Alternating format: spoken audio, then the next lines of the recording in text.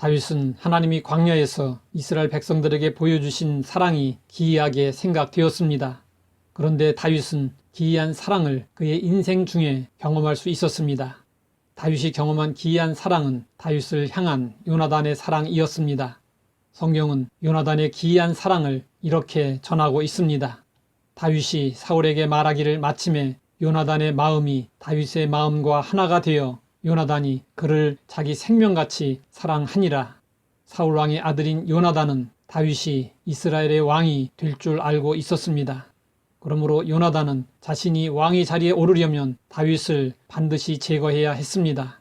하지만 요나단은 다윗을 자기의 생명처럼 사랑했습니다.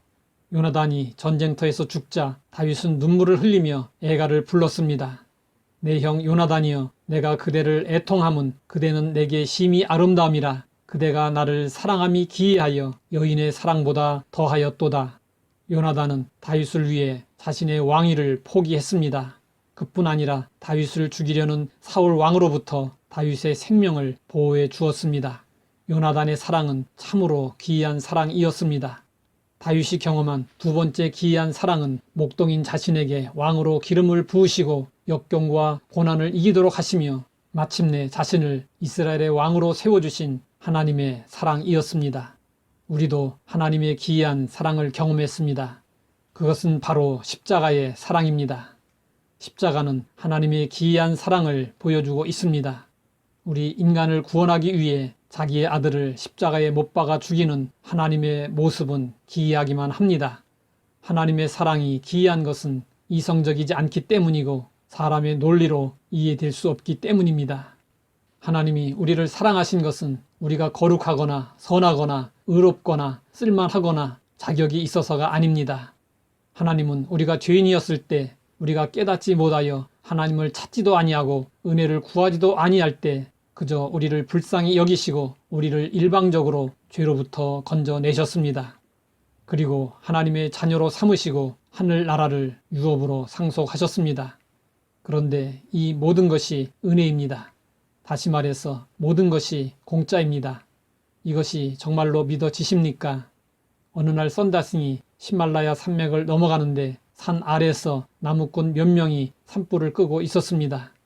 썬다싱이 그곳에 도착했을 때 나무꾼들은 우두커니 서서 어떤 나무 위를 쳐다보고 있었습니다. 썬다싱도 그 나무꾼들이 쳐다보고 있는 곳을 같이 바라보았습니다. 나무꾼들이 주목한 한 나무 위에는 새끼 새들의 보금자리가 놓여 있었습니다.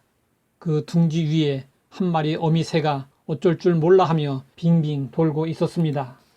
산불이 그 보금자리에도 옮겨 붙기 시작했습니다. 나무꾼들은 그 어미새가 그만 날아가 버릴 줄 알았습니다. 그러나 어미새는 새끼 새들을 자기 날개로 감싸더니 그만 함께 불길에 휩싸여 타 죽고 말았습니다. 그 모습을 지켜보던 사람들은 감격해하며 말없이 눈물을 흘렸습니다. 이때 썬다싱도 깊은 감동을 받아 그 사람들에게 예수님의 사랑을 전했습니다. 예수님이 이와 똑같이 우리를 사랑하셨습니다. 저 어미새가 새끼들을 사랑하여 자신을 불태웠듯이 예수님도 우리를 사랑하시기 때문에 십자가에서 자신을 희생하셨습니다. 하나님의 기이한 사랑은 우리의 이성으로는 도무지 이해되지 않고 또 믿어지지도 않습니다. 그러나 하나님은 우리에게 이 놀라운 사랑이 믿어지는 은혜까지 주셨습니다. 우리는 하나님의 기이한 사랑을 받고 사는 사람들입니다. 우리를 사랑하사 독생자까지 우리에게 내어주신 하나님이 무엇을 아까워하시겠습니까?